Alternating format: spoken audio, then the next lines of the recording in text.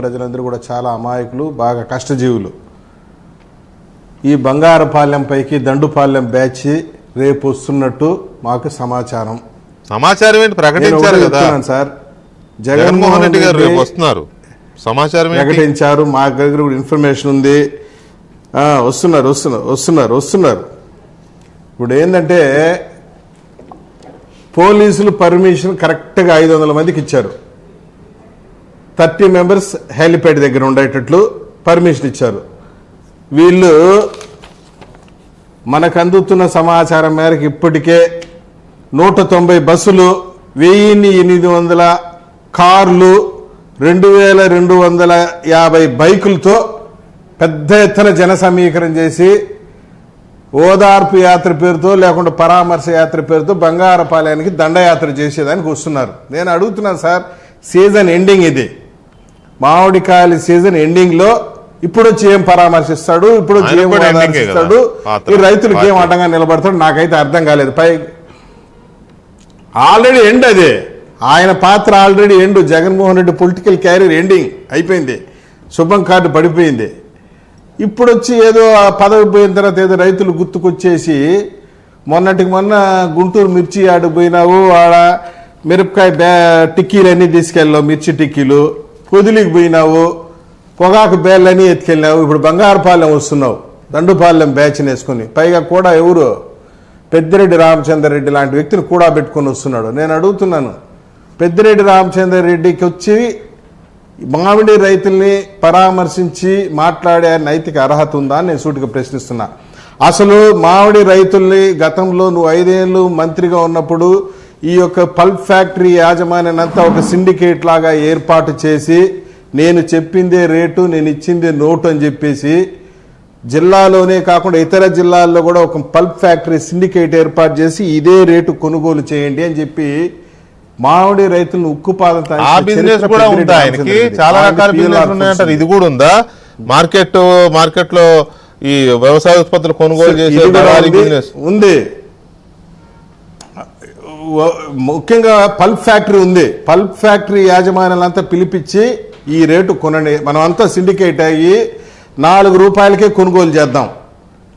కృష్ణగిరి నుండి రైతులు వస్తారు, పాపం తమిళనాడు కృష్ణగిరి నుండి ఇది ఫ్యాక్టరీ యాజమాన్యాలు వస్తారు. వాళ్ళు వస్తే కొట్టి భయపెట్టి బయట తరిమేసినాడు, వాళ్ళు ఎవరు రానికుండా అడ్డుకున్నారు.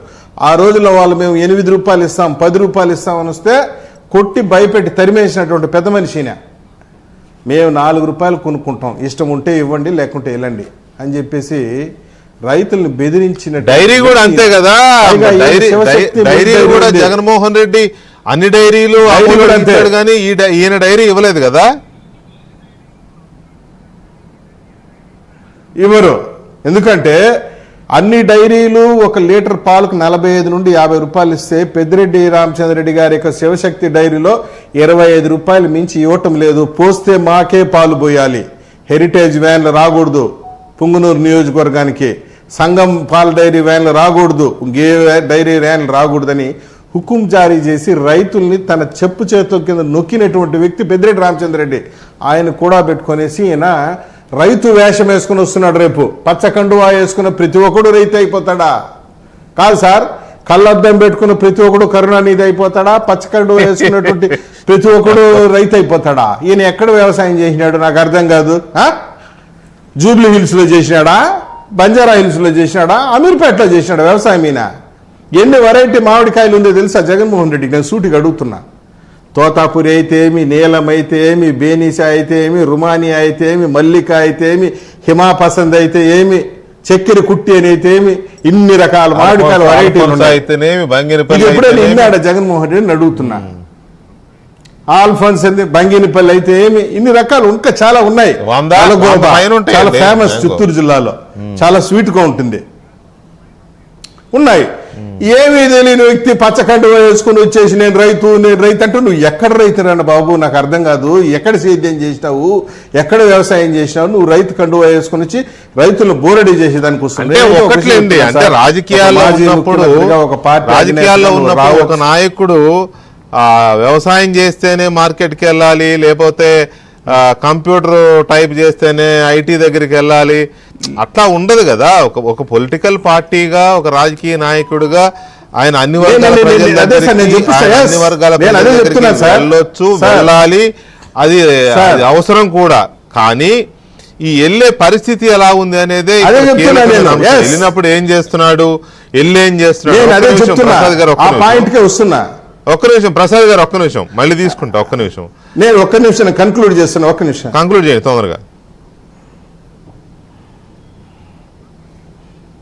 ఇప్పుడు నిన్ను బంగారుపాలెం వస్తే వద్దని చెప్పలేదు మేము, రా, నువ్వు రైతే అవ్వాల్సిన అవసరం లేదు, సాఫ్ట్వేర్ ఇంజనీర్ కూడా రావచ్చు.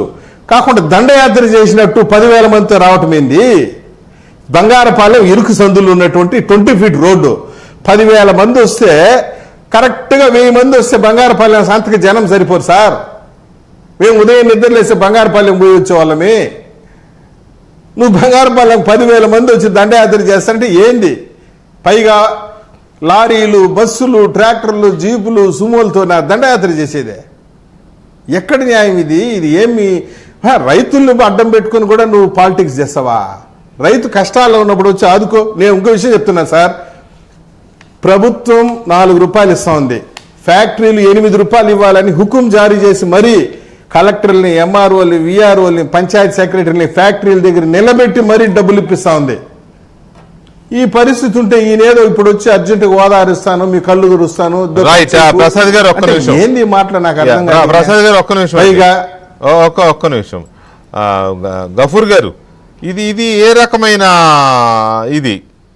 డెఫినెట్ గా ఒక రాజకీయ పార్టీగా ఆ